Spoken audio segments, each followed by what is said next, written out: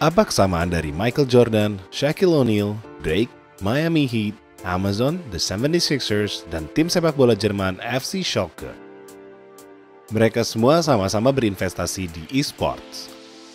Satu babak pertandingan final e-sports dapat memiliki lebih banyak penonton daripada babak final NHL, Stanley Cup, atau pertandingan final Wimbledon. Tim terbaik dapat memperoleh keuntungan lebih dari 20 juta dolar. International Dota 2 Championship, ajang turnamen e-sports selama sepekan, berhadiah total 30 juta dolar.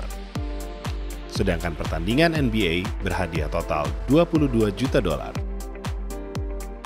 Dan Fortnite menghadiahkan total 100 juta dolar untuk kompetisi selama setahun penuh. Universitas membentuk tim dan liga turnamen e-sports. Presiden Indonesia pun membicarakan hal ini. Dan e-sports telah ditambahkan sebagai kurikulum pendidikan sarjana Tiongkok.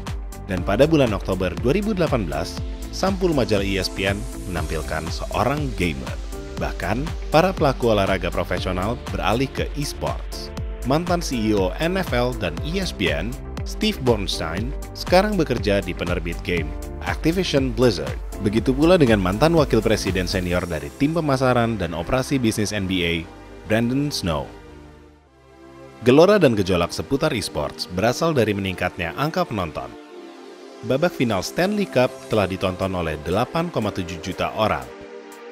League of Legends Championship ditayangkan dalam 19 bahasa dan pertandingan finalnya ditonton oleh 99 juta orang. Babak final NBA hanya ditonton oleh 20 juta orang. Inilah mengapa Anda melihat banyak kontrak media dibuat. ESPN telah menyepakati perjanjian jangka panjang untuk TV siaran langsung Overwatch League oleh Activision Blizzard, yang juga ditayangkan di platform Disney.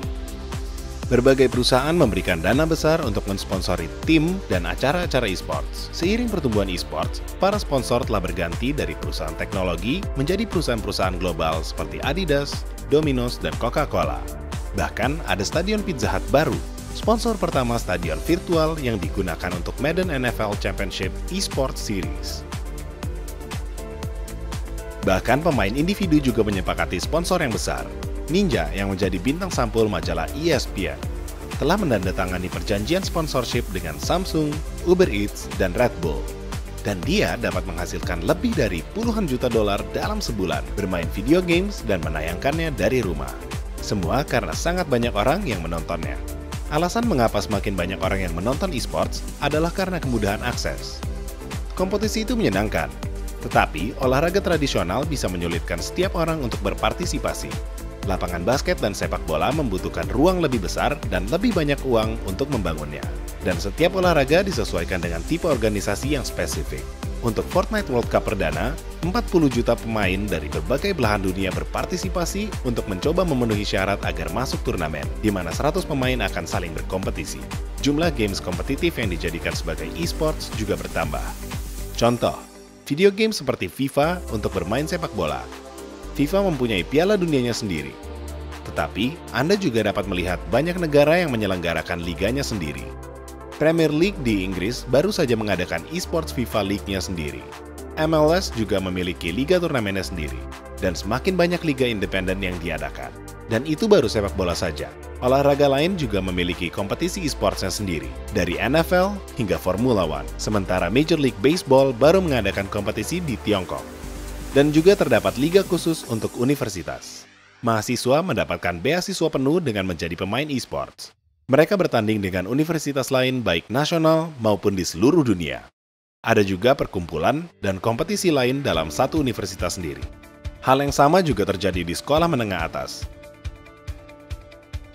Dengan semua pertumbuhan pesat, ada 3 cara utama untuk berinvestasi di e-sports. Cara pertama adalah berinvestasi langsung dalam tim. Orang juga berinvestasi di perusahaan e-sports, seperti pembuat game. Bahkan, juga ada investasi real estate, seperti arena, hotel, dan bar. Banyak tokoh populer yang berinvestasi langsung di tim e-sports. Shaquille O'Neal menjadi salah satu pemilik dari tim NRG. Pada tahun 2016, Philadelphia 76ers menjadi tim olahraga Amerika Utara pertama yang memiliki tim e-sports. Untuk Liga Esports, Anda perlu membeli waralaba untuk berkompetisi. League of Legends mematok biaya $10 juta untuk satu waralabanya pada tahun 2017. Sekarang, harganya mencapai lebih dari $50 juta. Sedangkan waralaba Overwatch terjual dengan harga $20 juta dan sekarang harganya mencapai $60 hingga $80 juta. Organisasi tim terbaik dapat menghasilkan lebih dari $20 juta per tahun. Dan perusahaan tim esports terbaik dapat memperoleh lebih dari $310 juta. Tim esports bisa memperoleh uang dengan beberapa cara. Dari memenangkan hadiah dan turnamen, menandatangani perjanjian sponsor, dan menjual merchandise, menayangkan, membuat berbagai konten, serta menjadi pemandu acaranya sendiri. Ali Methkabani, pemain tim Solo Mid, menjadi penayang terbesar kedua di Twitch. Chipotle lalu menandatangani perjanjian senilai puluhan juta dolar dengan sebuah tim. Tim Liquid adalah salah satu merek tim esports terbesar dengan fasilitas di Belanda dan sekarang Amerika Utara. Tim Liquid memiliki semakin banyak tim yang bersaing dalam kompetisi esports. Tim mereka yang memenangkan pertandingan Dota 2 memenangkan hadiah uang senilai $8 juta. Tim olahraga profesional dari klub sepak bola Premier League ke tim Formula One mendaftarkan pemainnya untuk mewakilkan mereka ke dunia esports. Mereka menginvestasikan tim esports karena untuk sebuah olahraga seperti Formula One, esports menjadi kesempatan besar untuk menggait penggemar baru untuk menonton olahraga tatap muka. Banyak sekali potensi bagaimana tim esports dapat terhubung dengan penggemar dan banyak penonton serta menghasilkan uang. Inilah sebabnya mengapa Anda melihat banyak orang berinvestasi di tim esports. Ada beberapa orang yang berinvestasi langsung di tim esports. Hall of Fame Magic Johnson, salah satu pendiri AOL, Steve Case, salah satu pemilik Golden State Warriors, Peter Guber, New York Yankees, Dan Gilbert, pendiri Quicken Loans dan pemilik tim NBA Cleveland Cavaliers, Drake, dan Michael Jordan. Seiring dengan banyaknya tim esports yang merupakan investasi pribadi, ada pula perusahaan investasi swasta yang mendirikan startup dan perusahaan esports, seperti Drake yang berinvestasi di perusahaan bernama Players Lounge yang memandu acara turnamen esports. Ada juga beberapa perusahaan di industri esports terdaftar dalam bursa saham sebagai tempat investasi. Beberapa di antaranya adalah perusahaan pembuat game. Perusahaan pembuat game membuat game yang mendasari esports. Hasilnya, pengembang game ini memiliki hak penuh atas gamenya. Berikut beberapa cara pembuat game memperoleh uang. Lewat kontrak hak siar, hak media, dan siaran langsung online. Menjual waralaba di liganya, melisensi game bagi pihak penyelenggara liga eksternal, merchandise, memandu acara, kontrak sponsor, seperti stadion virtual Pizza Hut yang mensponsori lewat acara EA Games dan lewat penjualan games, dan pembelian in-game pada pemirsa umum yang lebih luas. Berikut ini beberapa pengembang game yang terdaftar di bursa saham. Activision Blizzard adalah pengembang game World of Warcraft, Overwatch, Call of Duty, StarCraft, Hearthstone, Diablo, dan lain-lain. Mereka mengadakan Liga Esports Overwatch pada tahun 2017, hanya setelah 1 tahun gamenya dirilis. Penjualan waralabanya dari $20 juta menjadi lebih dari 2 kali lipatnya. Dan mereka juga memiliki kontrak siaran dengan Disney dan ESPN. Electronic Arts adalah pembuat games Apex Legends, FIFA, NHL, Madden, NFL, dan lain-lain. Take-Two membuat game NBA 2K dan Grand Theft Auto. Dan ada pula Tencent, perusahaan game terbesar di dunia. Mereka memiliki 40% dari Epic Games yang memiliki Fortnite.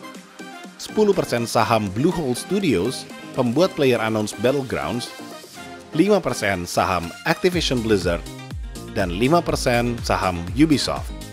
Riot Games, pembuat League of Legends, sepenuhnya dimiliki oleh Tencent.